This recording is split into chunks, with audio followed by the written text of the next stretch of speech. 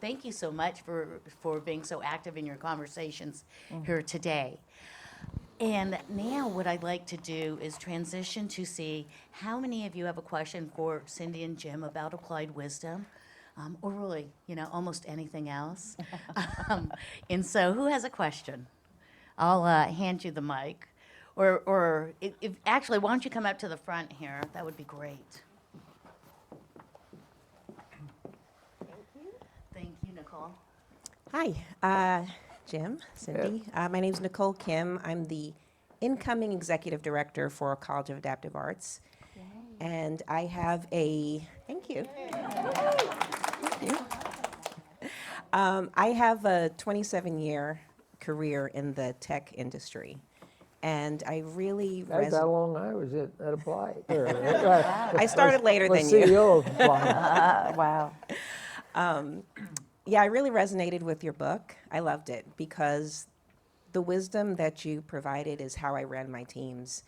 But what I've found over my career is that management wasn't always aligned with me. And a lot of times I would get pushed to the side because I was too empathetic. And so my question is, did you ever experience any pushback from your managers or your leaders who disagreed with your philosophies?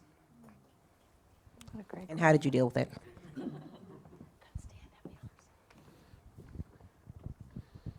That's a good question. I hadn't thought about. I mean, I'm sure there were. They never told you. Yeah. Well, no, they give me pretty straight feedback most of the time.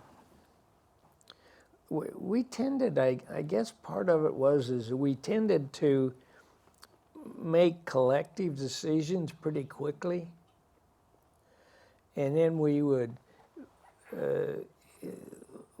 got the culture started early.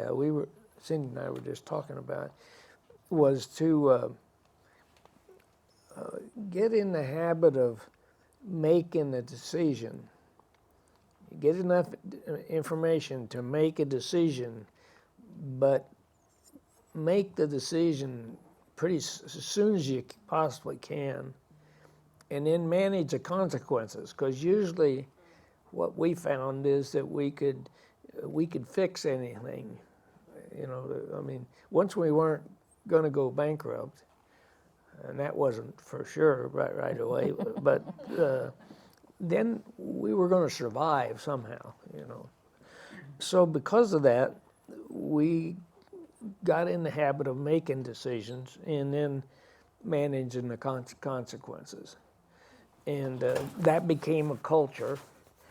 I learned that there's a little bit of that discussion.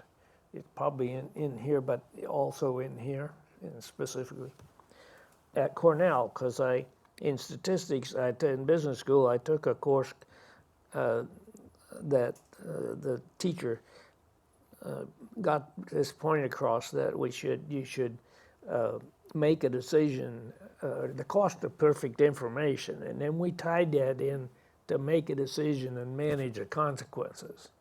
So that became a culture that enabled us to make decisions fairly quickly, but manage the consequences if it was wrong. And the other thing was getting information to flow within the company. And I guess it did pretty well because Dr. Maiden, who was eventually became our president, but he was kind of my technical partner from early September 1980 until he retired.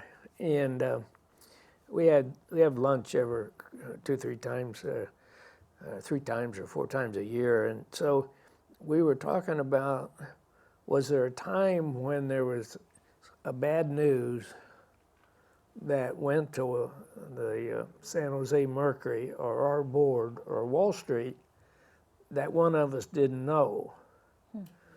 And we thought about it pretty hard. I don't know quite why we got on that, but neither of us could think of one time when not only didn't one of us know, but both of us knew.